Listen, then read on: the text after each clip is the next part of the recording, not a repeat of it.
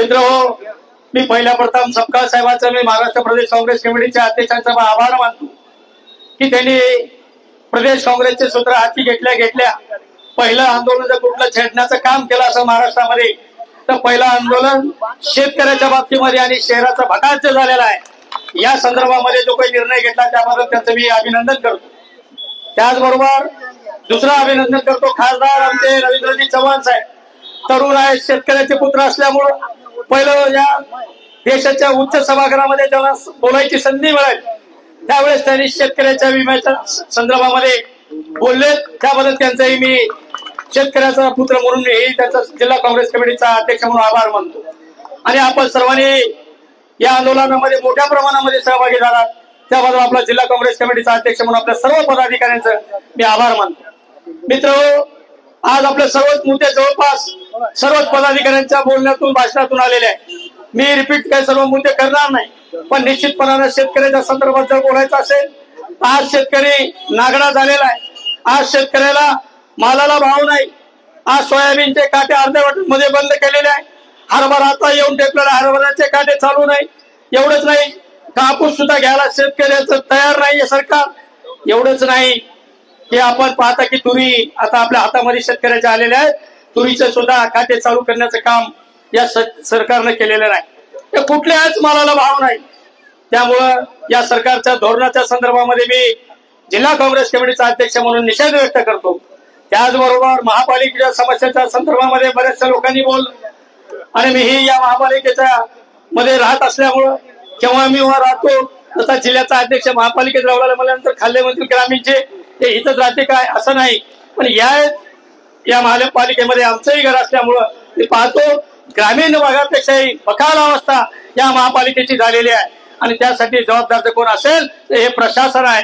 आणि तसंच जिल्हा परिषद मध्ये सुद्धा प्रशासन असल्यामुळं जिल्ह्यातले रस्ते असतील, जिल्ह्याचं विकासाचं काम ठप्प झालेलं आहे, त्याही प्रशासनाचा मी स्थानिक स्वराज्याच्या सर्व प्रशासनाचा निषेध व्यक्त करतो आजच्या या धरणे आंदोलनाच्या माध्यमातून।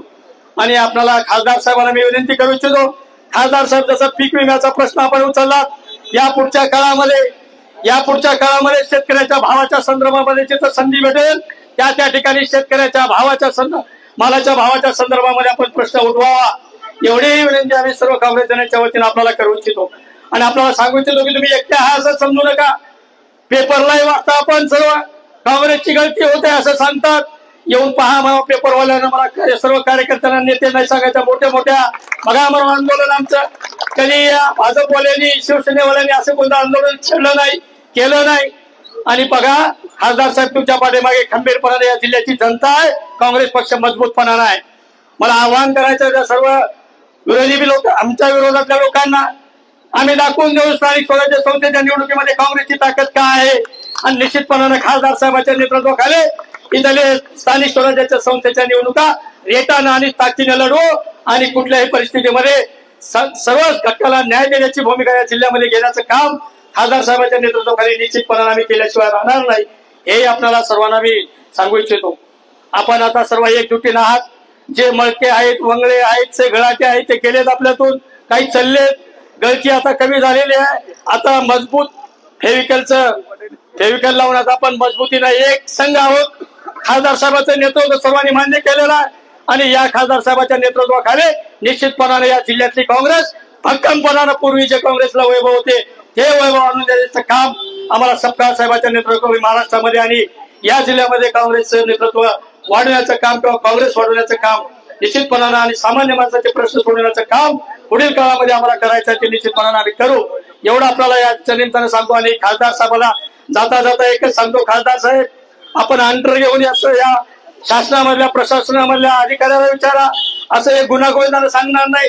आमचा खासदार सोबर आहे, गरीब आहे किंवा स्वभाव नाही म्हणून काही कोणी वाट बघत असतील, पण तुम्ही एकटे नाही, तुमच्या पाठीमागे सर्व जनता आहे, कार्यकर्ते काँग्रेस आहे आणि त्यामुळे आपण निश्चितपणानं या अधिकाऱ्यांना जाब विचारण्याचं काम पुढील काळामध्ये आपण करावं, ही विनंती आपल्याला काँग्रेसचा अध्यक्ष म्हणून करतो। बस यापेक्षा जास्तीचं न बोलता आपल्याला 1 वाजता निवेदन द्यायचं आहे।